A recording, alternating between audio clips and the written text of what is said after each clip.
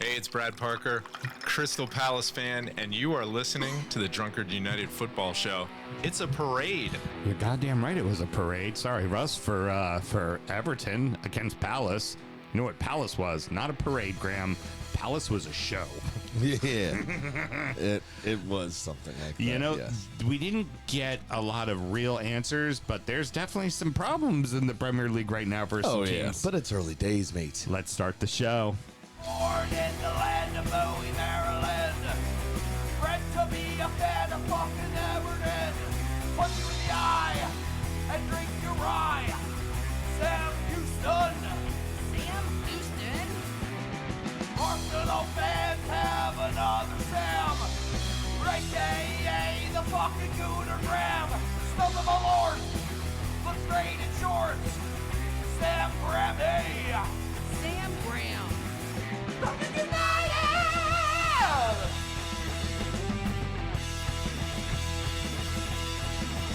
Fucking United!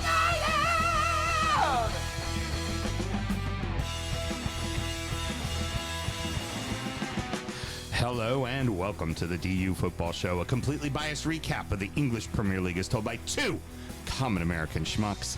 I am your host, Sam Houston, and across the way from me, he didn't raise no quitter, my co-host, Mr. Samuel Graham. How you doing, buddy? Apparently I did raise a quitter.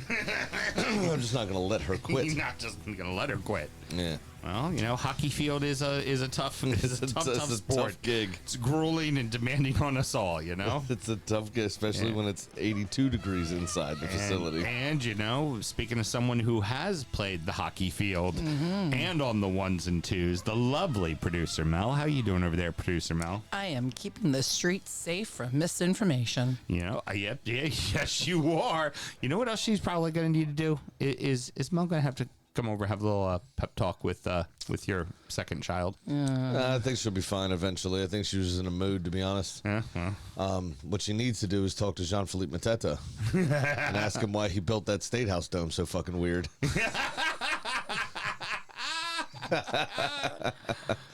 We're recording at the DU Public House just outside the nation's capital. You can check us out wherever you get your podcasts. And, of course, streaming live every single Monday night. Should you want to chat with us, there are as many ways that you can. Mr. Graham, tell the good people how they can get in touch. Absolutely. It is at DU Football Show on all the social medias and dufootballshow@gmail.com to get in touch via email whenever you want. Very good. You get a marker today instead That's of a fine. pen just because that was the first thing I fucking No grabbed. problems. Part of the reason I only print my notes on one side of the piece of paper. Very good. I know it's a waste, but I don't want to ruin the good work I put in. And, you know, it's hours and hours of work for me. It fucking is. It really is. Everybody just thinks there's a lot that goes into it. Now, if somebody would want to support the show, get this show ad-free, or even get the chance to listen to our newest Injury Time, which was the Whiskey Show that you could be invited to as well. How would one go about doing that, Mr. Graham? Very easy. It's patreon.com/DU Football Show. Sign up to that $5 tier, and you get all those cool perks and amazing additions to your DU Football Show experience. I absolutely love it. So, yeah, we did the Whiskey Show this weekend, and if you're a Patreon person, you do get an invite. Most can't make it because they're in different parts of the country. Some get on a plane and fly their happy asses out here for it. And Taylor was in studio for the second time getting that done. Yeah, exactly. It was very good. It was a good night as a whole. I was very happy. Yeah, so was I. I thought it was excellent. Everybody hung out. Food was good. Yeah. It's sort of potlucky. Yeah, and until it started raining, and then we couldn't figure out you could do this with one person tent that you told us. You know what? You could until apparently you take it to the beach one time and it gets sanded and then fuck being operational anymore. So my whole back was fucking soaked. Well, you know, not the last time your whole back's going to be soaked. Sam and myself both work in the wine and spirit industry and both have a deep, passionate love for all things distilled spirits. So as the red-blooded Americans we are, we vow to have a drink in our hand throughout this show and every single show. Mr. Graham, I thought it would be apropos because of the Whiskey Show to enjoy last year's number one. Why don't you tell everybody what we're drinking tonight? So we are drinking the Elijah Craig Barrel Proof Rye. This one whiskey of the year.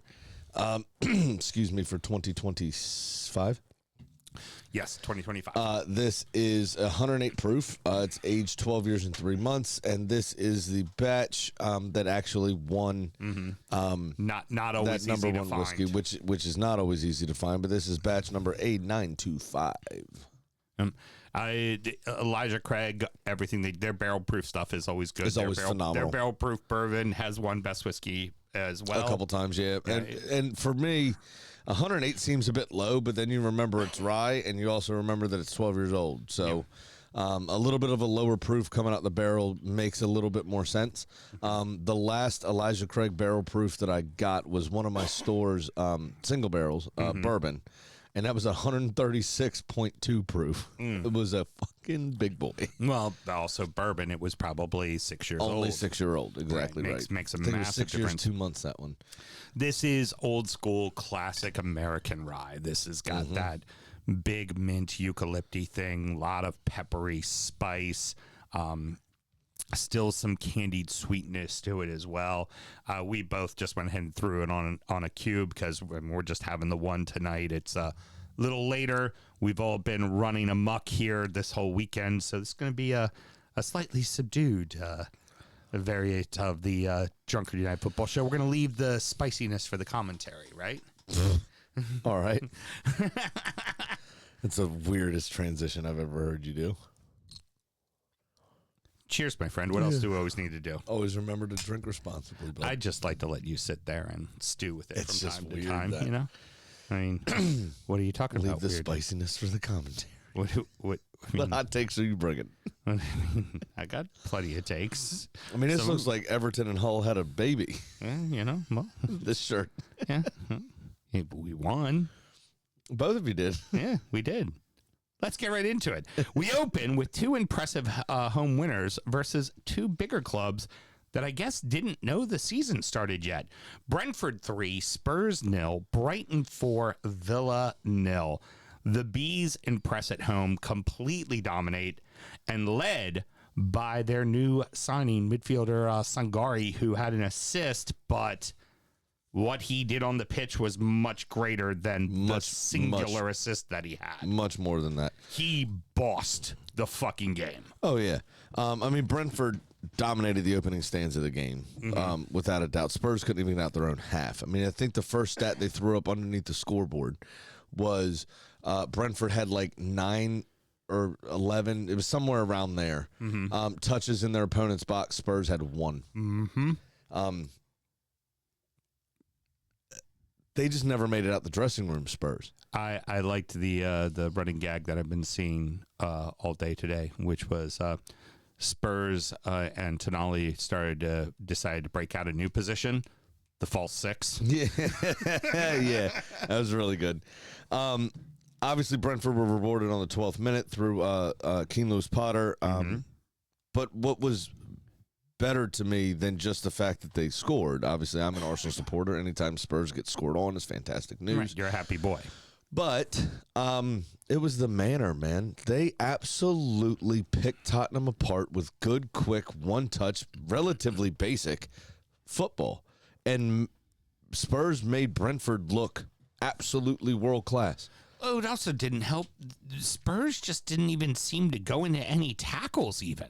No, they were. It just seemed lifeless. Just nobody took responsibility for anything. And I can't remember who it was that said it, but it might have just been a meme I saw on the internet. But it's kind of true. If you look over the last few seasons, the 3-4 years, Spurs have become the club of excuses. Yeah. It's excuse after excuse. Well, if we had this player back, if we had that player back, if we didn't have this injury, if the referee did something different. It's always an excuse, but they actually mean it. Yeah. It's not the Jurgen Klopp, it's a windy day trying to deflect from his team's bad performance, which is part of a manager's job, right? Right. It's Wenger going, oh, I didn't see the challenge, right? I mean, Didn't bring to the game not just the basics of It's football, I this believe, shit. the basics of life. Exactly. It's because the press is going to pick that up rather than talk about how your players were pieces of shit. And Spurs were just pieces of shit. Zerbi called him out a little bit there too. At the end, like, we have to play more aggressive. We have to play livelier. Well, his post match on the final preseason game, he said, like, "Yeah, we're not ready." It might have been the pre-match to this one, but he said out loud, "We're not ready," and he reiterated that in the post presser. He was just like, "Yeah, we're not ready." And it goes back to last season. I mean, with Xavi Simon's, as they began to right the ship is a stronger term than I mean it to be, but they survived. Escape with their lives. Yeah, when they got through by the skin of their teeth, Simone's was starting to play better. That midfield just doesn't have a ball carrier. They can't retain the ball. No. And that was evident in the second goal. Mm-hmm. A bad pass out of the back, and then a very weak challenge to keep that ball. That was a bad pass. Turned it immediately over to Brentford. And was it Janelt or somebody had a fantastic shot? Oh, it was Jensen. Mm-hmm. Dispossessed Bergvall, rifled a shot that was saved by Kinski, but it fell to Janelt, who finished it into essentially an empty net. And it was just... and Bergvall, where he lost the ball, again, another weak-ass tackle. Like, go through and get... Like, you say this all the time as when you play defender. Man or ball, never both. Get past you, exactly right. And both easily got past Bergvall because all he did was just kind of throw his foot out and fall over. Just kind of, yeah. So here's the question for you then, because we're just so indecisive. We're looking at this, them as a whole. Is it an organizational problem? Yes. Or is it on De Zerbi? Because De Zerbi set the lineup, and De Zerbi's already making excuses for him before they even start the game. It's an organizational problem. I mean, do they need to just flat out get rid of every fucker that has played for this team for the last couple of years, and just I think part of it, yes, it doesn't help kids in the new signings and just don't let anybody else fucking play. But the other time, how many times did Mickey van der Ven save them with his pace?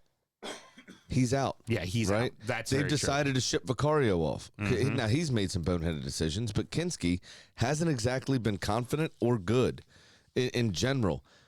I think 2 of these goals could have been savable, right?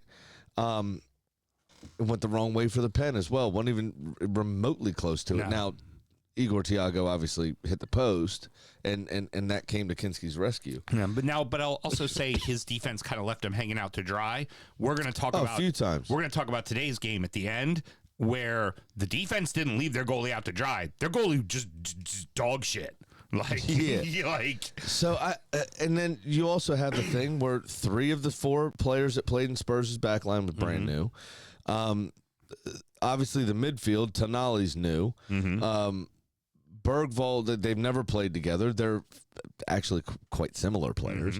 And then again, they don't have a ball carrier. They don't have somebody that can move them up the pitch. James Maddison still not ready to start after picking up a small knock. He played for a few minutes near the end, but it's again, they just couldn't do much, man. There was no creativity. Richarlison's terrible. I don't know what happened to him. I know he's always been streaky, but he's pathetic. Oh, he was one of the few that really tried last season, and I think he's probably fed up and wants to be moved and wants to go somewhere. So when you say is it De Zerbi, I don't think he's been there long enough to affect it. Number one, right. But then you have all these players, some of which were playing at the World Cup, some of which weren't, some of which are hurt, right? And that is true. But you have this truncated preseason, and De Zerbi's they've thrown upwards of 300 odd million at the problem again. Right. I think it's just simply an organizational issue. Where it just doesn't. There's nobody. Look at the players. When Manchester United standards started to fail, you had Roy Keane grabbing people by the throats on his own team in the middle of the field in full view of everyone. Getting under. You fucking raise your game, son. Right. Play. You had Patrick Vieira doing that for Arsenal. You had, even James Milner at Brighton would look at somebody and dig him out if they did something stupid. Precisely. Before he left. Scotty Parker with West Ham. Steven Gerrard and Xabi Alonso doing it at Liverpool for years and years. You had Frank Lampard and John Terry doing it. Yeah. Mark Noble at West Ham. Yeah. You had all of these, real leaders. Spurs don't have a leader. No, very true. They don't. And there's nobody to hold anyone accountable there. And they spend $500 million And then you have Brentford. They let Jordan Henderson walk, and they go out and they find Sangare in France and get different him, players, but yeah, I and take get the point. him someone that's going to command the middle of the field and hold on to the ball and make good passes. Right now, Jordan Henderson's long in the tooth. But that's And also what more of a defensive midfielder, but just that's in general. But it's also what Jordan Henderson could do. He could hold the ball and he could pick a pass, right? He could help control your midfield. He could slow it. He could give it slow it down when it needed to be and slowed make down. it stable. Yeah. And Sangare plays his first fucking professional match with this club, and it's fine. And Spurs go and literally spend more money than they've ever spent before on an entire team, and not one fucking guy on the pitch could figure out how to do that. Not one. Like, just baffling. And here's the sad thing.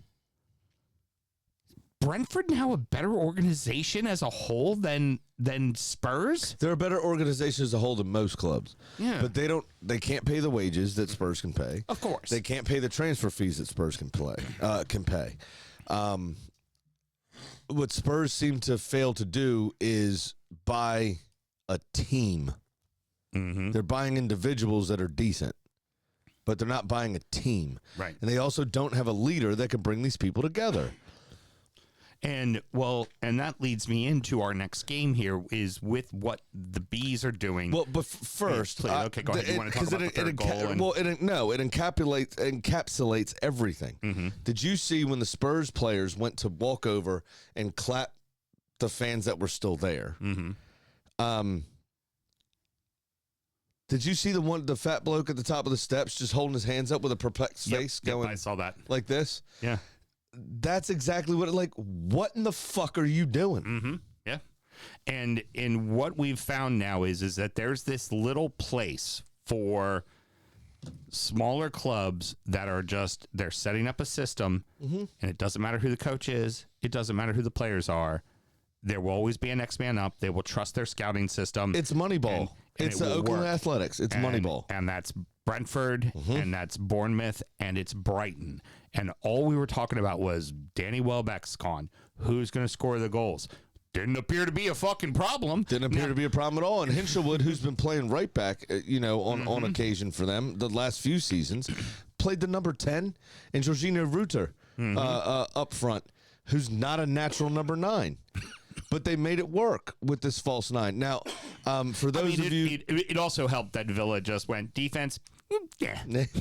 So, not necessary. We'll get on to it. I think Villa, though, I think this is a freak result. I think they'll be fine. Yes, that we're going to talk about how Spurs and Villa are different despite the very bad beatings. But I just, for anyone that's new to the show, part of Injury Time, we talk about our, it's the preview of the upcoming weekend. We also talk about our fantasy teams there a bit, and we also do the side beers we've been drinking during the show. Now, I bring this up because of Brighton, a very progressive city, obviously in England. It's actually... The National Pride Parade is not in London. It's in Brighton, right? In the UK.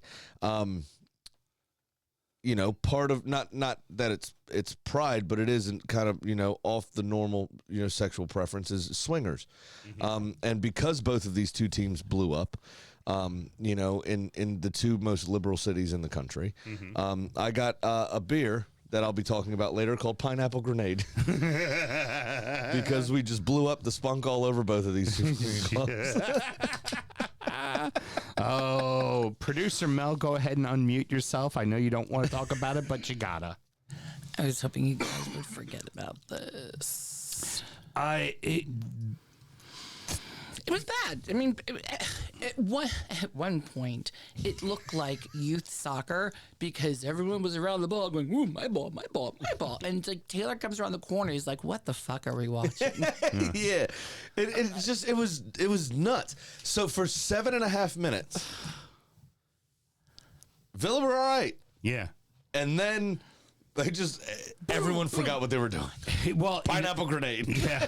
You're getting gangbanged. Yeah, like They forgot how to play defense. The midfield couldn't hold on to the ball. It didn't matter who was up top because nobody was fucking getting it to them, right? And, it was so weird, man. And there's the goals, right? There's the two from Hinchcliffe, De Corriber, the Kuiper, yeah. The kid that played on the outside had an assist and a goal as well. Yeah, Maxim De Kuiper, and he was excellent. I thought he was absolutely fantastic. Was the fourth goal where it rebounded off of the sidebar? Is that an assist to yourself? No. Because he passed it to himself. No, and that doesn't. You don't get a him. goal and an assist for that. No, Like he passed it to himself, or like rebound, and like nobody was like, everyone was like, "Oh yeah, mate, go and try again." And like, wow. And it's easy to say, "Give me the fucking Malort." Like they're missing. Give me the fucking Malort. They're missing Manzambi. Garnacho wasn't fully up to speed yet. Like, that's gonna fix it. That's gonna fix it. Hold on. We had Ollie Watkins and Emi Martinez sitting on the fucking bench. And apparently, and we're going to talk about this when we get to Palace Everton too, disgruntled striker Ollie Watkins apparently had refused to play when he was put on the bench, which is just, I understand as a player you want to get paid more money, but like I don't understand where it could go so horrifically wrong with a club. I mean, you have had success. You're scoring double-digit goals. Like you're in the Champions League, right? They tried to move you per your request. Nobody wanted you. You know why? Because you know who scored last season? ABW. Anybody but Watkins, yeah. But Watkins still ended up with double digits. Like he still got 10. What I think it is with him is he's 30 now. People aren't necessarily sold on him. He had the opportunity to move to his boyhood club 2 years ago. Villa chose not to sell him. He was very important to Villa, and I understand why they didn't do that. Right. But they were also at the past season and a half, 2 seasons, whatever it's been, at 94% of their turnover on wages. So they couldn't offer him more money. Do you think in his mind he should have a championship ring right now? No, I don't think he was. I think he probably would have been better than Gyökeres in Gyökeres's first season, but Gyökeres is a touch younger, so why would we spend that money on Ollie? Yeah, true. The thing is, I think he feels like this is his last chance at a big contract, because if it drags till he's 32, really nobody's going to want him, and he's going to have to take a step down. Right, fair. And if Al Hilal really is in... which it seems legit. He'll take the payday. He'll take the payday for generational wealth. Now, you also have the added thing in for England. Ivan Toney got called up by Tuchel. So maybe he's thinking, I can get the payday and still be in contention right. for Still the have national a chance team. to play for in Europe. Right. Now, and triple his wages. But here's the other thing. So they're missing a lot of players, but they did have Gomez ready to start in the middle of the pitch. And he looked all right for a few minutes, but you could see his demeanor and his face. He has resting bitch face. He's going to do so much better the next game. Oh, he's suspended, from the bench. Damn. And then the game now after he's not that, even allowed too. on the bench. He had a yellow, and then he got away with not getting a second yellow, and then said, "Oh, you didn't give me the second yellow to send me off? Fuck you, straight red. Get me the fuck out of here. I want no part of this." It was as if he had a bookie that said, if you play in the Arsenal match, we're going to like slice you up. And he's like, oh, no problem. Boop, boop, boop. He was growing increasingly frustrated throughout the game. Obviously, the manner of the first goal. I'm sorry, throughout the game, you mean throughout the first half, because he was gone before halftime. So the manner of the first goal was absolutely absurd. Right, it was a terrible pass inside. Yeah, there's no reason to play that ball. Yeah, at all to literally no one but a Brighton player. Yeah, in loads of space inside of your own box. Then was it De Kuiper? It was the one. That's the one that hit off Linda. It was De Kuiper, but no, but he actually swiveled. Yeah, Jank, whatever defender it was that tried to tackle him, janked out the way, turned, hit a good shot. Ended up hitting a post. Lindelof tries to get back. It hits Lindelof in the chest, goes in. You can't let your body drop after that. You have to. Shit happens. It's 7 minutes into the fucking game. Yeah, it's let's band together and figure this out. Start of the and season. João Gomez did not do that. João Gomez went, I can't believe this fucking Looney Tunes shit, and decided to maul people. Oh, what are you trying to prove? I'm trying to destroy something beautiful. Yeah, exactly. It just wasn't good. But then it's absolutely diabolical. When De Kuiper's goal was good. It was decent football. It was a good cross. Good finish. What I don't like is the back-to-back within, 40 seconds? I mean, it was essentially straight from the kickoff. And they were tap-ins. They were easy. They were very, very easy ones. It was the first one was De Kuiper's. It was a very good cross, a hockey assist. He doesn't get credit for it, but to the back post where Brighton's Gomez heads back across and hits what has the easiest header of his career. And then the other one was another just piss-poor giveaway, almost similar to the Tottenham one. So, Mel, you getting ready to do your shot there? I was like, my Malort's not going to drink itself. So we got Malort. Every time, if you're new to the show, every time your team loses, you have to do a shot of Malort. So, Mel, allow me to give you a little entrance music. Get my way downtown, walking fast. I'm a seagull, go fuck yourself. And for those who don't know, Malort is the challenge shot of Chicago. They love it. Everyone else in the world hates it. It is described as a Polish bitter or an herbal liqueur. It tastes, you best described it over the years as if earwax threw up. Yep, pretty much It's spicier than I remember. And the final thing I wanted to say with, could this be trouble in paradise for Villa? Possibly. They started slow last year. Like Mel had said to me after the game was over, she was like, hey, it's an improvement. We lost 5-0 in the opener last year. Yeah, right. But if there's someone who can fix everything and get it straight, it's Unai Emery. Yeah, I saw some crazy shit on Talk Sport, the British Talk radio station that covers only sports, given its name. I mean, that's almost as good as my spicy takes, killer. Thanks, bud. Well done. That was everything you need to know is right there in the name, bud. Yeah, Talk Sport. Yeah. But famed commentator and Rangers legend Ali McCoist said that he thinks Unai Emery, after this result and being frustrated with the club selling everybody, obviously Ezri Konsa has now joined Arsenal. Yep. And very close to the end of the window as well, with a potential to not being able to find a suitable replacement. He said any team that starts with Victor Lindelof and Pau Torres as their starting center backs deserves to lose.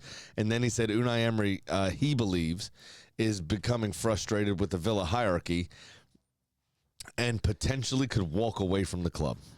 I think that's a bit much. He ain't walking away. I also He'll don't walk think away at the end of the year, but he ain't gonna be like, fuck this and walk away. But I also don't think Villa are in that much trouble. No. This was a freak result. Brighton notoriously are quite good at home. Mm-hmm. And like you said, with Bournemouth, with Brentford, and Brighton, we saw it in the Arsenal game as well. Mm-hmm. These are the teams with the most continuity, really, in terms of hierarchy to playing staff thought process. They all know what they're supposed to be doing. Everybody does their job. And they only buy people that seem to buy into the process. And they also not necessarily worry about who's next to them, right? And you look at a club like Brighton, who has just kept selling people. They got $30 million for Danny Welbeck. Right. But what I'm saying is you look the antithesis to that is you look at Spurs, who just buy anyone. Right. It seems. Yeah. But these 4 or 5 clubs, the continuity within their thought process and only buying people that buy into that thought process makes total sense that this would happen. And for Emery to be put in a position where 3 or 4 of his stalwarts are gone and one is sitting on the bench saying, I'm not coming on, or I refuse to play today, and then he names him on the bench anyway, it would have been better to just leave him out the squad. Yeah. To be honest, and not even have the negativity in the dressing room. It might have just been Emery just going, "Fuck you! I want you on the bench. Everybody's you're gonna have to sit there and have the camera in your face." Sorry, jackass. And João Gomez just being frustrated at the situation, seemingly, and doing something rash. Just had a rush of blood to the head, and it decided to do that, which was dumb, right? I think Villa's going to be fine. I think it's a freak result, and it's just kind of a perfect storm of bullshit. I expect them to be much better against Arsenal. although I don't expect him to get over the line just yet. Yeah, and Brentford are gonna fucking sell Sangare probably to Tottenham next year for like 140 million. Yeah.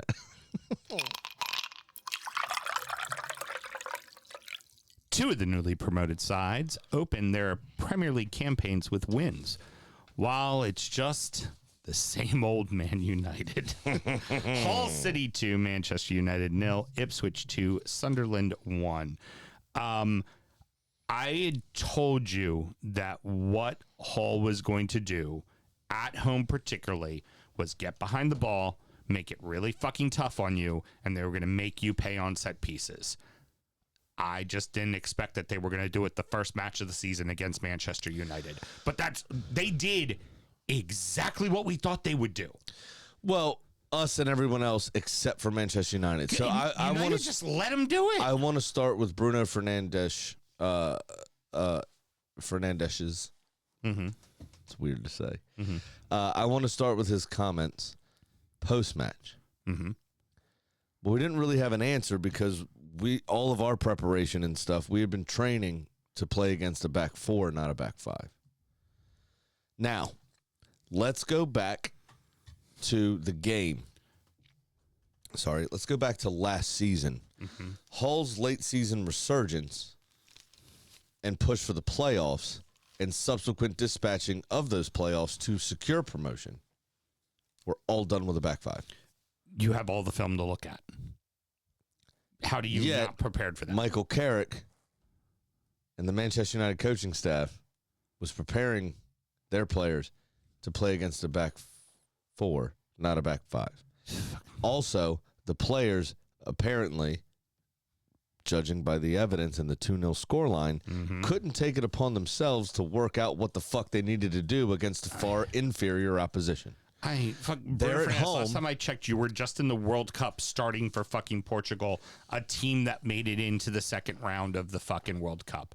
You can't figure out how to break down a back five instead of a back four. It was an absurd thing to say. Yeah. But what a result for Hull. We shouldn't take anything away from them. They were organized, way more organized than I thought they were going to be. Their support was behind them. You could see they were feeling it.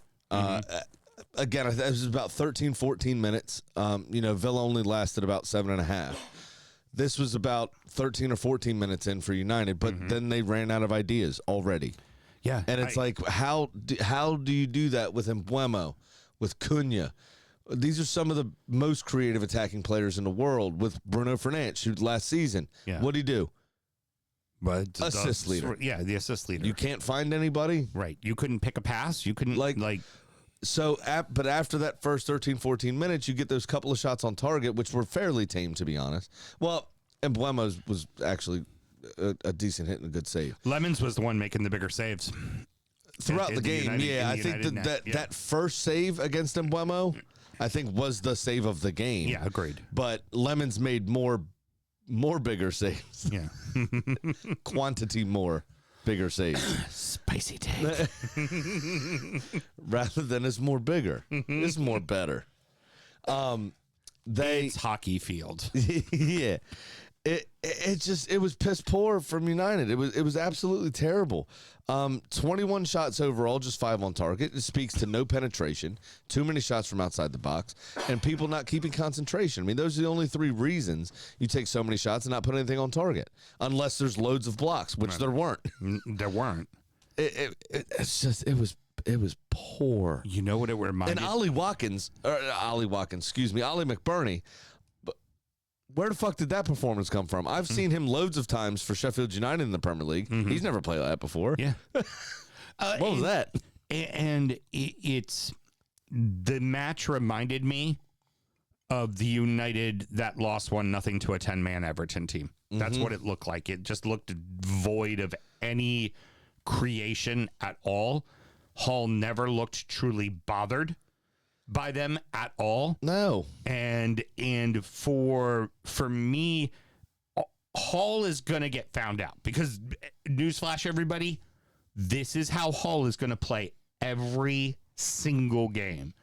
It's not that hard to break this down. And Ollie McBurney cannot maintain that level of form. No. And there's going to be matches a result or two like this. Like this. Like I already jokingly told you, it was like Everton's losing to them 1-0 at Hull City because that. Well, you also your club loves to lose to newly promoted teams as well. Precisely. In the last few years specifically. But the other piece to this too is, like you said, with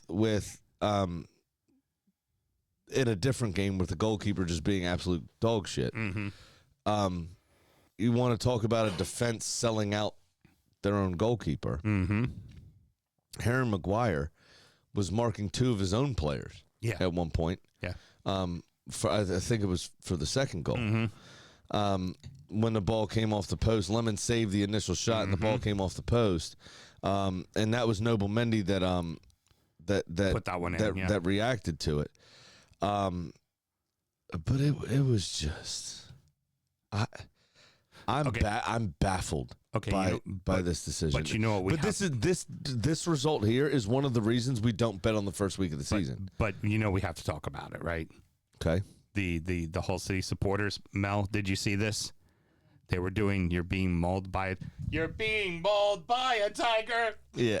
You're being mauled by a tiger. You're being mauled by a tiger. I'm like, shouldn't the claws be out? Like, why are all your hands in like you're starting to lick and rub your like? Those are bath hands. Oh my God, it was so funny. And then of course, and it wasn't being done seriously. It was being done to take the piss. Oh, of course. And to add insult to injury, all trains to Manchester were canceled. So then they were stuck in that hellhole all night. Brilliant.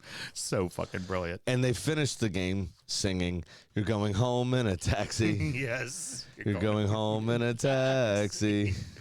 All right. And then, of course, a big win for the newly promoted side. Tractor Boys look like they're ready to be back in the Prem, man. Guy O'Neill had them going, didn't he? Yeah, he did.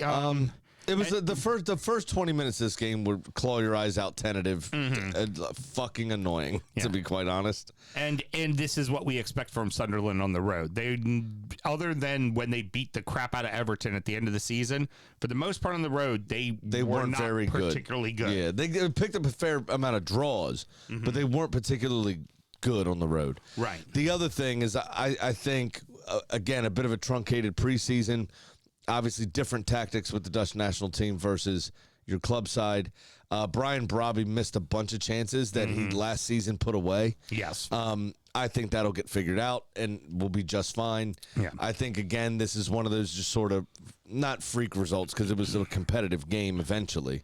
Ultimately, the subs changed the game. Well, Julio Enciso, though. Yeah. I mean, things that he did for Brighton. He looked like the Julio Enciso from Brighton before he spent the season on loan at Ipswich the last time they were up. He really did. He looked good. Because that season, when he was on loan at Ipswich, he did fuck all.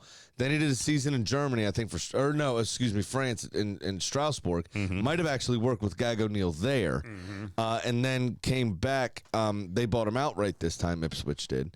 And he kind of bossed that game to an extent.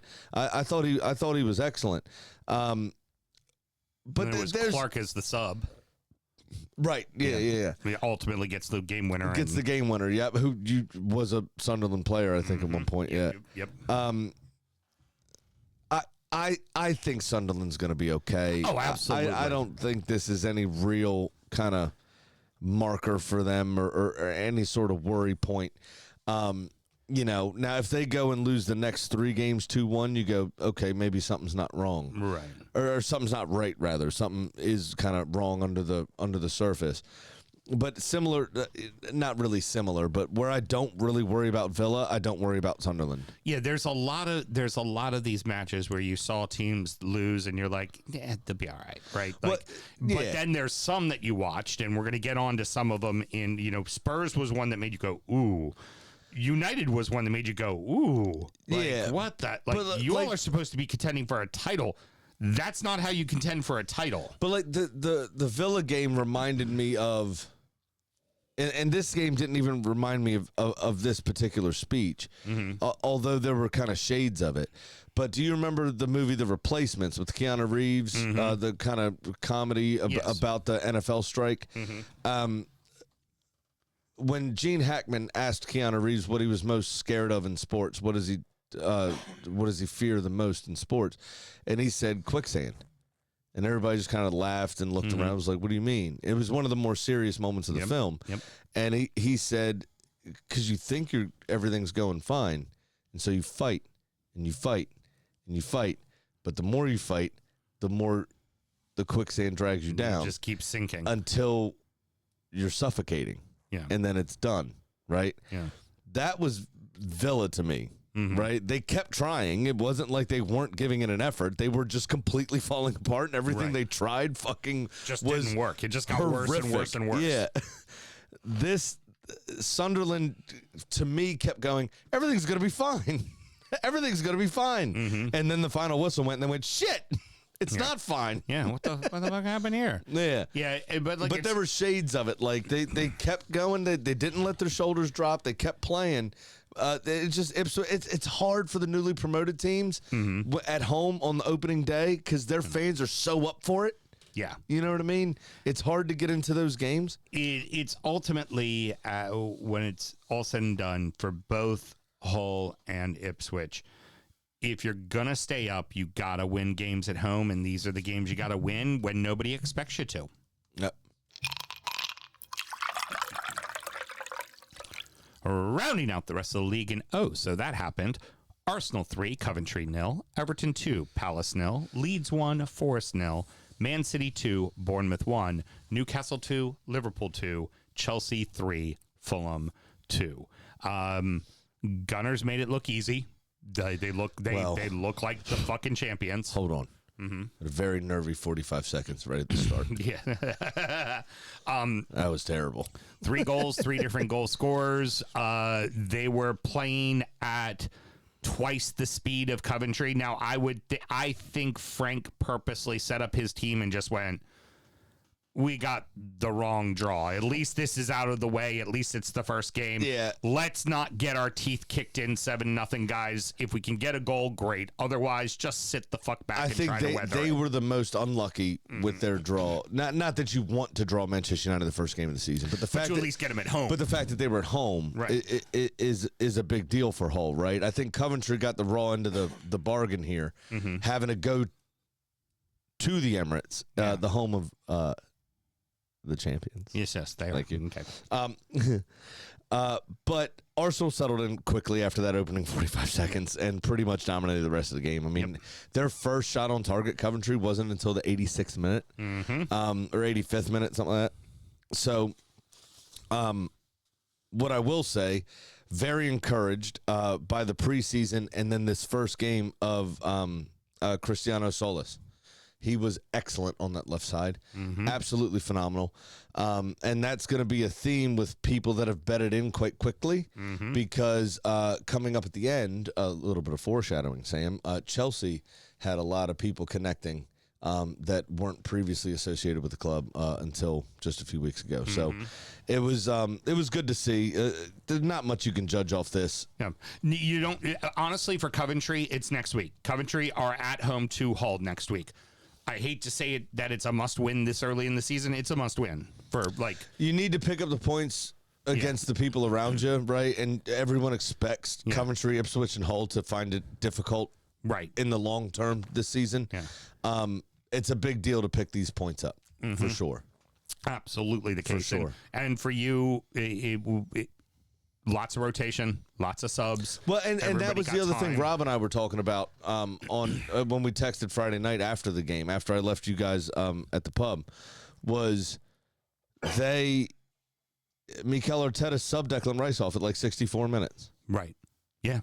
Good. He's going to need to be able to do that this season. Yeah. You have to be able to do that this season. So he got Saka off the field. Yeah. All right. This is what it's going to have to be. At like 68 minutes. Yeah. Like it was. If you're winning comfortably, get the fucking guys off the fucking pitch. Subs. They were smart subs, and limited the minutes of the players that carried a majority of the load last season. Absolutely. So it was lovely. For me, was this good for the Toffees or concerning for Palace? Because I think it's a little bit of both, but for me, it was much more concerning for Palace than it was Everton. Looked great. Now, he was a bit streaky last season, and I know there's been 2 different now transfer windows of speculation and unsettlement for Jean-Philippe Mateta. Mm-hmm. That situation is still not resolved. There's still 2 weeks, 10 days of the transfer window open. 2 weeks, actually. Ishmael Sarr didn't play because he doesn't want to be there anymore either. No, 8 days. 8 days. As we record this now. And Ismail Sarr might be off to Turkey as well. Yeah, because he does not want to. He's flat out said, "Sell me. I don't want to be here." They lose those 2 people. Big problems. Yeah. Big problems. Mateta should have put Palace in front early. Oh yeah, put the one off the post. Should have. Yeah. There's another one he's fucking skied. Yeah. It was absolutely horrible, and that was an easier chance than the one he hit the post on. And then Pickford makes the fucking dandy. I mean, shocker. Jordan Pickford makes a world-class save in a fucking Premier League match. Right. It's what he fucking does. I did yell out while we were at the Hoko Brew Hive for it, which big shout out to the Baltimore Toffees, 50 strong, like a really good turnout. That's fucking awesome. It makes the match going experience so much better. And but I did yell out that when he made the save, I go, "Oh, too bad those little tiny arms were able to get to the ball," and everybody laughed their asses off. Nice. So it was beautiful. Yeah. Good. Yeah. But I mean, Everton survived that storm, and Jai has a chance. And then again, Pickford had to make the first great save of the season, like you said, for him through Eddie Nketiah. Diverted the ball onto the post. Mateta then hit the post directly from a shot. But just before halftime, Kieran Dewsbury Hall, sublime fucking strike. Absolutely gorgeous. And surprisingly, Daniel Munoz was caught in possession for that chance to be created. Now, he may be Palace's best player this season, Daniel Munoz. He may not be at Palace before the end of the transfer window. Correct. I think a team like Liverpool that can't seem to find a right back, much like you, I don't know what it is about the Scouts. Maybe it's just they associate the right with the Tories. What's Well, it is Tory, but what's a right back? We had a German out on the right hand side of the defensive end of the field, but he's not a right back. no. He had And neither is Frimpong for Liverpool. He was terrible as well. He had a pretty decent game, and with Njai on the right, I'd rather see Njai on the left, but with Njai on the right, those two were overlapping and creating.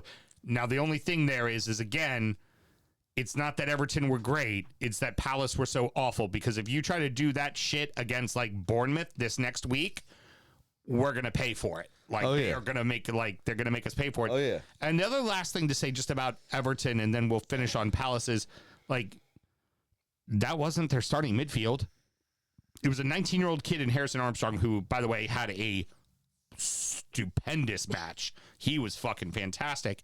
And Hayden Hackney, who's the guy you just fucking signed, right? Mm-hmm.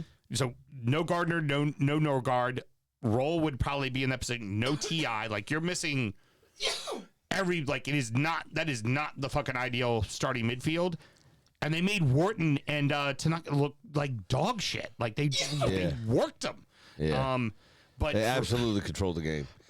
Tino Berry got off the mark already, which is good. He was obviously a bit streaky last season, missed some fairly easy chances, scored some amazing goals, which is always weird to me, right? Where somebody could, essentially, I mean, it's not that bad, but miss a tap in from 3 yards out, but then score a worldie from 35. Came from Valencia in La Liga. He's now had a season under his belt. I guarantee you we're seeing probably a different Tino Berry than we saw last season. Probably somewhere between 12 and 15 in the league, probably close to 20 in all competitions. I don't necessarily disagree with that. He's and if Njai and Dewsbury Hall can stay fit, because they're the ones providing the service for him, really. And Gardner when he comes back fit as well. I think they're good. I think y'all are obviously going to be fine as things go. If Palace get picked off even more, I really worry for Palace. That's ultimately what I got out of this match, that it wasn't Strain Larson ain't it. We know that. That it wasn't. I mean, he can score goals. He did in his first season at Wolves, but who's going to get him the fucking ball is the problem, especially if Munoz is gone. Right. If nobody's getting him the ball, he is a box in the box guy. He's not a create his own fucking shot kind of guy. Yeah, but he's also not a 15, 17 goal scorer like Mateta is. Yeah. So that's the problem. Nketiah looked decent. Yeah, maybe it's his time to finally step up and get But this team is going to be in a lot of fucking trouble. Like, for me, again, they could realistically be in a lot of trouble. It wasn't about Everton looking particularly good. It was about Palace looking bad, and you can't just brush it off as Palace sucks whenever they go to Everton, because they do. They've been horrible when they go to Everton. Yeah, it's a bad history there. That result was much bigger that one time they played there than just having to play at Everton. Right.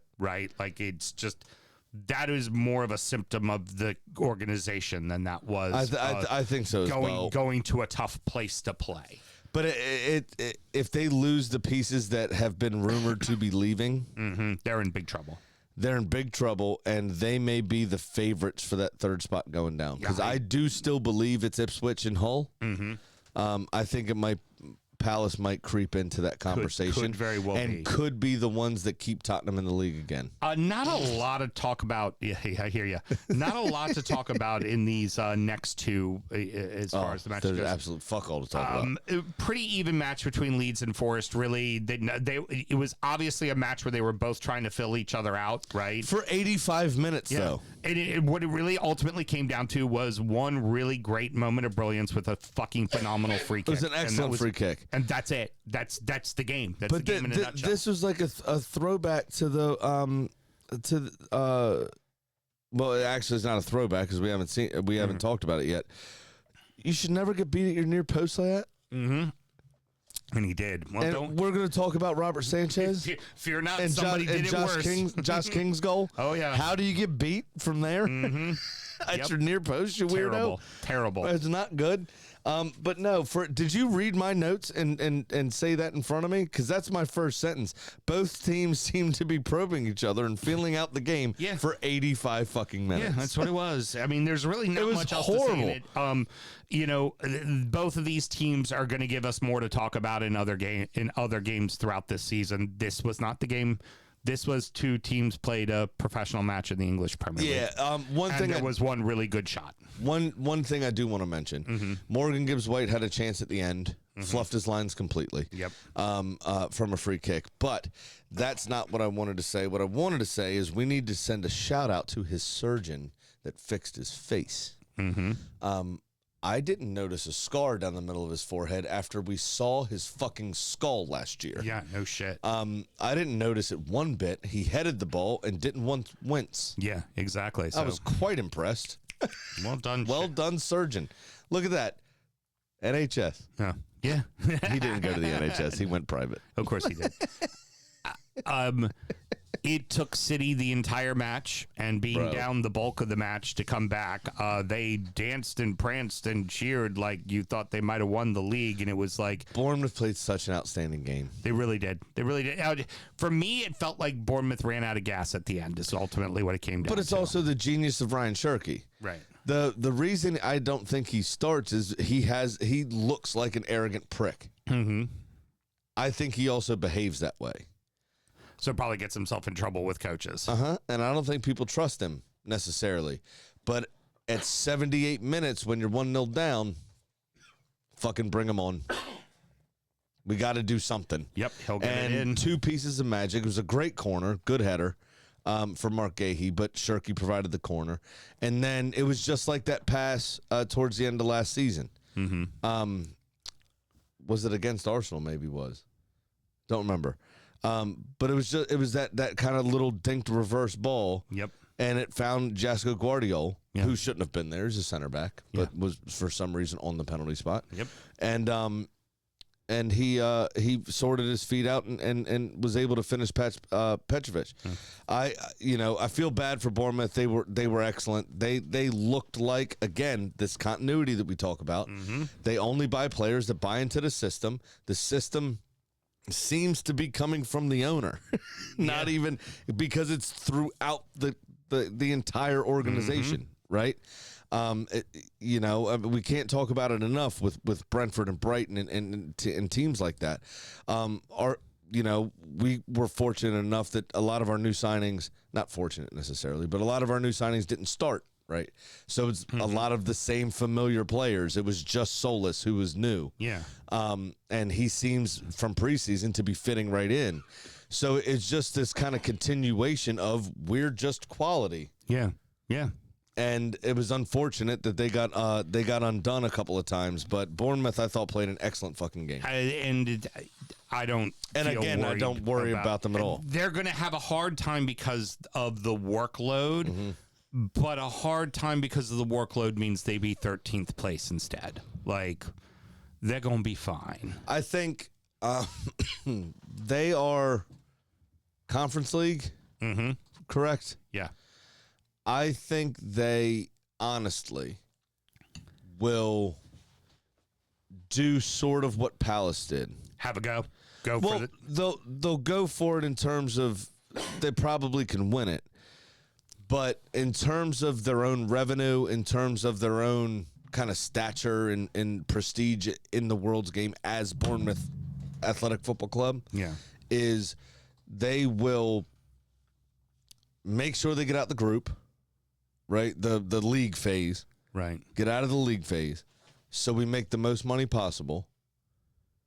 Do our best, but if it starts to falter, fuck it and focus back on the league. Right. So I think you may see this first part of the season be kind of not the greatest from them because they're throwing everything at that. Right, of course. Get the payday, fuck it off. Yeah. Yeah. And if the draws go well and you suddenly find yourself in the final, have a go. Then well done. Yep. But don't worry about it. Newcastle, I think, did exactly all the things we thought they were going to do. This is a really weird game. Because we knew the new coach was going to have them play kind of gangbuster, helter-skelter, like very aggressive football, and they did. The three up front that all have question marks all looked really good. Like, Wisa looked like the Wisa that played for Brentford, right? Alanga looked like the Alanga that played for Forest, and Barnes looked like the Barnes that played for Leicester, and they all played magnificently. Their defense is good. They've improved at keeper. Not that Pope was the worst thing ever, but they needed a better keeper than what Pope was providing. The question's going to be the midfield. They're very young. They played really, really well until they didn't and made mistakes. And that's it. The mistake was from Lewis Hall, the defender. Yes. Gakpo's goal was people backing off of him. Yeah. Right? Yeah. But Alanga looked like the Alanga that Newcastle bought from Forest. Exactly. Like he looked like he's finally settled. Exactly. Again, even though he's closer to his home country than he was before. Wisa didn't score, but Wisa looked fantastic. Looked excellent. He looked like the guy we know he is. Well, yeah, but for Brentford, he was a goal scorer, right? Him and Mbeumo mirrored each other at 19 goals. Goals will come. But here, he played the number 10. Yeah. He was passing the ball like crazy and was excellent in doing so. Joe Willock, who's rumored to be going to Turkey, scored the Newcastle second, obviously. Yep. I mean, if he goes, what a way to say goodbye. But do you not think he gives the hierarchy something to think about? Like, that was a good finish. Maybe we should keep him. Might want to hold on to him. Yeah, I especially because he has Premier League experience. Precisely. He almost single-handedly kept Newcastle up 3 seasons ago or whatever it was. Agreed. Or 4 seasons ago, whatever it was, when they bought him from Arsenal. This was a very weird game because there were a lot of very sloppy moments as well, right? From both teams, to be quite frank. Yeah. You had this new keeper for Newcastle. I can't remember his name off the top of my head. Starts with an H. I can't remember either. Doesn't matter for now. We'll run it soon enough. He looked all right. He had a couple of pretty good saves. Florian Wirtz's chance comes to mind. Ball bounces immediately in front of him, and because it's still summer, bounces quite high, actually, because the pitch is hard, and was able to get his hand up as he was diving to divert it wide. I think both teams looked sloppy, but I think we expected Newcastle to look a little sloppy. Liverpool did not look good. No. Not at all. Defensively didn't look good particularly didn't look good. They are gonna give up goals if they keep with what they have back there. They're gonna. Oh yeah, better teams are gonna make them fucking pay. Absolutely, but there was a very boneheaded move, obviously, from Lewis Hall. Now I heard somebody, I think maybe actively using too much grace in their analysis of it, but it was actually from the Ramble.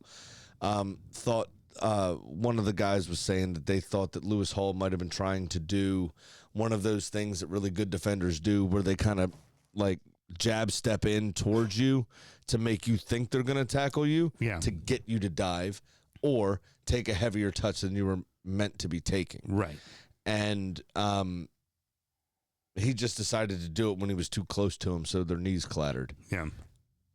No, he reached in. I don't think so. He lunged in. He didn't need to lunge in. There was no reason for it. But you're also, it's legitimately the last play of the game. If you block that, game over. Game's over. Done. You won 2-1. It was a little this bit match absurd. is in the first segment because we're talking about Liverpool losing. Yeah, like it was a little bit absurd. To make that challenge, in my opinion. Yeah. The risk reward is absolutely ridiculous. And I again, not to any significant level. I played in college, but never got paid for it. I was a center back. I know Lewis Hall's a left back, but you can't be making him tackles. Yeah. At that stage of the game, you trust your goalkeeper. Yeah. He's made a couple of good saves. He's looked good. And you had covering defenders. Trust your center backs. They're going to block it. And you had covering defenders. There were people behind you. You don't didn't have to do make that play. Yeah. And for me, ultimately, with Newcastle, it's like there were a lot of questions for a lot of teams going into the first game. And I know the first game ultimately means fuck all in the grand scheme. But you kind of look at it and you go like, yeah, there's not going to be any problems at Newcastle. They'll be all right. Like they'll be just fine. And the coach seems like he gets it. The coach seems like he knows how to organize a team. Because there were question marks over him. He coached Al Hilal or Nasser. It doesn't matter. He coached whoever in Saudi Arabia. So that okay, maybe. Yeah. No, he looks like he knows what he's doing. Yeah, he knows how to set a team up, and it looks like the entire team's responding to him. Which as much as Howe did great things for Newcastle, and the team was no longer responding to Howe at the end of the season. The other bit to that is the Newcastle players, like you said, looked like they were playing for the shirt, but the way they applied themselves in a different system to what Howe played. I think this coach might be a really good communicator of his ideas. And they looked more first game of the season sloppy rather than Liverpool, who just looked sloppy. Yeah, fair. Does that make sense? Yep. We should also very briefly mention this was obviously the Kevin Keegan derby. Amazing scenes pre-match after we lost Kevin Keegan a few weeks ago to his battle with cancer. Just two of the most passionate supports in all of England for one of the most beloved men in football. Yeah. And those pre-match scenes were amazing to see. They were beautiful. He deserved everything about it. And I heard somebody say it's ironic to say it. It's a weird thing to say, but I wish you could have seen it. Yep. Yeah. Because that. It was very beautiful. It was really dope. Very, very beautiful. Yeah. Great fucking West London derby. Fucking hell, this is the game of the weekend. To finish the week. What a great end. So I don't want to get massively into, because we're already at an hour, and I want to kind of keep the thing rolling. Done. But for Chelsea, Pedro, Pedro, Morgan Rogers, and Cole Palmer all score. The three of them up front looked phenomenal. Looked excellent. Palmer, it looks like Palmer has tools around him, so he can just play footy and not try to put it all on his shoulders. And smart tools around him, right? Yeah. We saw one of the people were running away from him to create space for him. So. Not getting in his way, which we've seen a few times. The other thing is he obviously was injury ravaged last season, right? He couldn't get a run of games in. Yeah. Couldn't find his form, and when he was playing hurt. He looks fully fit. Morgan Rogers looks like he fit right in. Apparently, they're childhood friends. I didn't know that they are. Yeah. So they met on England youth team duty a long time ago. That's going to be massive. And they're best friends. Yeah, they're best mates. That's going to play in very, very, very well for Chelsea. That's why they both do the cold celebration. Because they're both their celebration. They did that. Yeah, they say, and Morgan Rogers claims he's fucking started it. Love in that. England, he did say that in the post presser. He was like, "It was mine first." In England, like U16 or some shit. Yeah. He was like, I did it first. I don't know why he started doing it. Yeah. Maybe because he can't spell his own name. Probably, But they all looked. I mean, Cole Palmer, goal and assist. Morgan Rogers, goal and assist. João Pedro, goal. No, sorry. Morgan Rogers, goal. João Pedro, goal and an assist. And Pedro could have put 2 more away. Rogers could have put another one away. So now they were excellent. Fulham never let their shoulders drop. That's either. what I was going to say. So we're going to look at Fulham, and the goals are. I don't want to take anything away from it's exactly what they needed. The 2 people they needed to score scored. Right, like with King and the new striker Gonzalo Garcia. Yeah, Gonzalo Garcia. They both scored. And Palacios looked excellent. Palacios looked excellent. They had good subs coming in. Like they had good people to replace people. They have good depth. They're good. The coach is got a good mindset. They seem bought in. Everything seems great. The problem is neither one of those 2 goals should have gone in because Robert Sanchez is a dog shit goalkeeper. Is an absolute dog shit goalkeeper. Like Josh King's goal was ridiculous. Like credit to King, run at him, hit the ball as hard as you fucking can, see what fucking happens. Especially when you got a fucking idiot who can't hold on to anything. But that's it. When Sanchez is that bad, that becomes a tactic. What they say when you had a goalkeeper that would spill the ball? What our coaches shoot on sight. Yeah. Back in the day. Shoot on sight. Like, what does that even mean? Crash the net, crash the net, crash the net. Crash, right. He's dropping it. Get as many shots in as you can because something is going to happen like this. That was the second goal. He fucking spilled it right into the middle. And Gonzalo, to be fair, stole in front of his defender, and it was a good header to keep it on target. But that ball shouldn't have been in the back of the net because Sanchez should have done his fucking job. Should have held the ball, but he also, because of that, won me 104 cold hard American doll hairs in live betting. But Fulham were another team that had a lot of question marks over them. They were excellent. Now, I know it's a derby, I know they were at home, but I thought Fulham were excellent. And just a couple of quick stats to close it out. 6-6 shots on target. Fulham had 62% possession. So anyone that was worried about what are we going to do now that Lukic is gone, or this player or that player or whatever, Jimenez, they looked quite good. They looked very good. They looked very organized. Good. I think Arbeloa, and you shouldn't scoff at it. Arbeloa and Xabi Alonso know each other very well. They won the World Cup together. They both played together at Liverpool and Real Madrid 262 times, I think they said. They also won 2 Euros together. They both coached Real Madrid in the same season at different times. But they're very similar in the way that they approach the game, I think. I don't think Xabi Alonso is going to be particularly happy with these possession stats or the fact that they gave up so many chances. But Arbeloa looks like he's the real deal as a manager, just based on this, because Fulham have had a lot of changeover in some key positions, and they really gave Chelsea a run for their money. They did concede goals at very inopportune times. 1st minute, 41st minute, 47th minute. So right at the start of the game, just before halftime, right after halftime. Yeah. And that's a sickener. Yeah. That's when you should. Those times is when you should be on your shit. Yeah, it's a pet peeve of mine. And I can't. The right before halftime things can happen, but start of the game, end of the game. If you don't come out with 5 to 10 minutes of strong, organized, good football, you're in a world of hurt. And but they never let themselves drop, and they made a good go of it. Yeah, it's going into not seeing them, seeing that they were making moves. I was just, like I Nothing was wasn't super exciting, right, about them. Well, it's what they always do. They never really make any moves till right before the season starts, and you're just kind of like, well, what are they going to do? Right. And I mean, they impressed. Again, it's a derby, so there's a certain amount of level for that, but I was impressed. I liked what I saw from that team. And for I was Chelsea, very surprised they came out the gates the way they did. For Chelsea, for a team who spends the way they spend, fucking fix the goalkeeper problem right now. Like, for real? Well, don't they still have like 8 contracted goalkeepers to the club? Yes.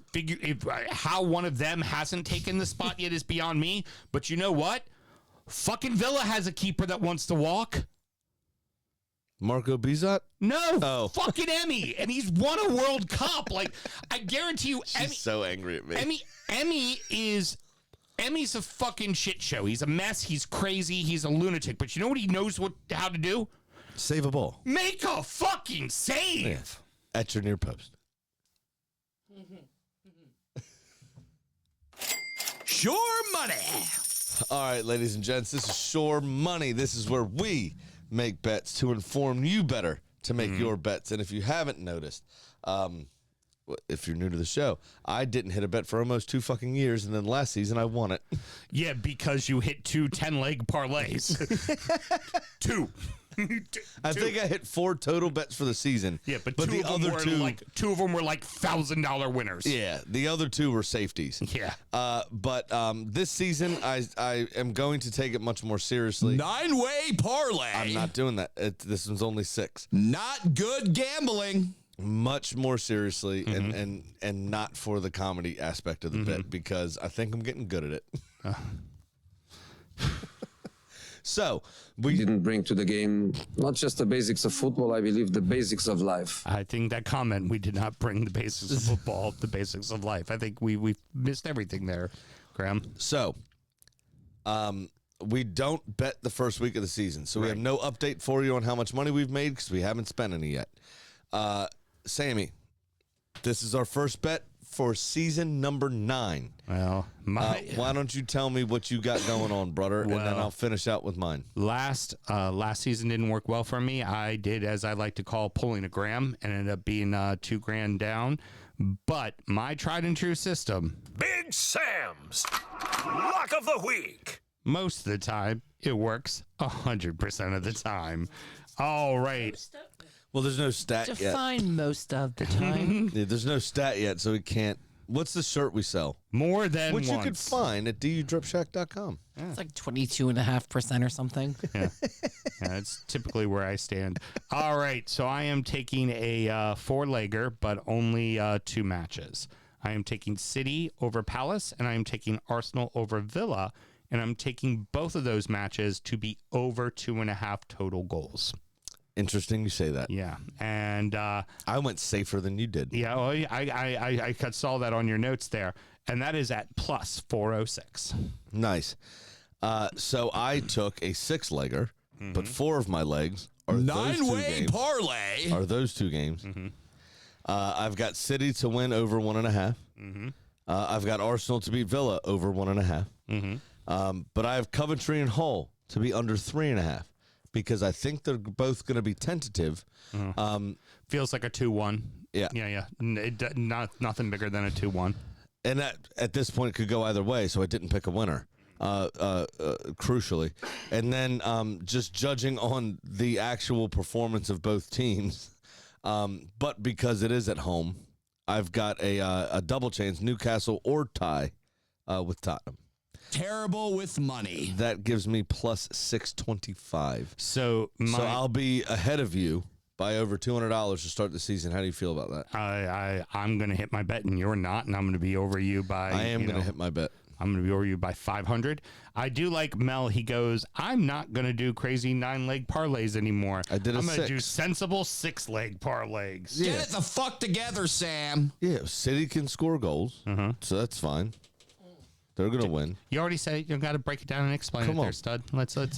I mean, Villa, mine will be done by the 16th minute. Who's scoring goals at City? City. Not Holland. Not his bald ass. Oh yeah, what's that about? Hey, we're getting this show done. If we're gonna talk about that, that's parting words. Mr. Graham, any parting words? Yeah. Did you see the phone call with Zlatan? Yeah, Zlatan told him to lose his number. And he was gonna block him. He said, "Erase my number and block me." Yeah. He said, "What the fuck did you do?" He looks terrible. Not good decisions. It was compared to the time that Felicity cut her hair. Who's Felicity? Oh, wrong group. Carrie You dick should listen more to Mel. So, okay. Remember Carrie Russell had the long, beautiful hair, and then she cut it for Felicity, and everyone just lost their minds. Yeah. I think Vikings draw power from their hair. Yeah. Oh, huge mistake. Yeah, I'm not a fan at all. And he doesn't look good. No. Either. I don't like his hairline. Is weird. No. That's strange. His scalp is so pink. Yeah. And Like for, a pussy. For someone who had just won over the world Like at the World Cup, decides I'm gonna change my look. Well, he's got to fit the cowboy hat on his head, I guess, that he bought in Dallas. Yeah, no shit. Maybe No that's the shit. problem. All right. Well, thank you so much for joining us, everybody. That's the end of the first show. 37 more of these to go, my friend. But More than that, bub. just congratulations. We did not talk about it on the show directly, but the 20 for 20 shit show, my friend, was our 500th episode. And raise a drink to that. It has been a ton of fun doing this with you and Mel, and I'm so excited that we're back in the saddle again in doing our 9th season. That's wild. It's fucking insane, right? You know? Yeah. We've got a whole 14 downloads, too, over the whole time. Exactly. Fucking rocking. All right, everybody. Next up is Injury Time, where we're going to preview the weekend's action. We're going to talk about the beers we were drinking, and we're going to check in on all 3 of our adopted clubs, since we no longer do DU Does the EFL. That's right. Or DU Does EFL is not being done any longer. Hopefully, we didn't adopt West Ham. Yeah. They've had a torrid start to the season. So, should somebody want to support the show or get this show ad-free, how do they go about doing that, Mr. Graham? Very easy. Time? One last time for you. I'm going to put my leg out for the taxi, which all Manchester United fans seem to have ridden home in the other day. It is patreon.com/DFootball Show. Sign up to that $1 tier. You will get all of the stuff Sam's been talking about. Injury Time, any extra content we post, and this show completely ad-fucking free. God, I hope they added surcharging for all the Ubers going out of Manchester. Till next week, everybody. Guten Nacht from Newcastle.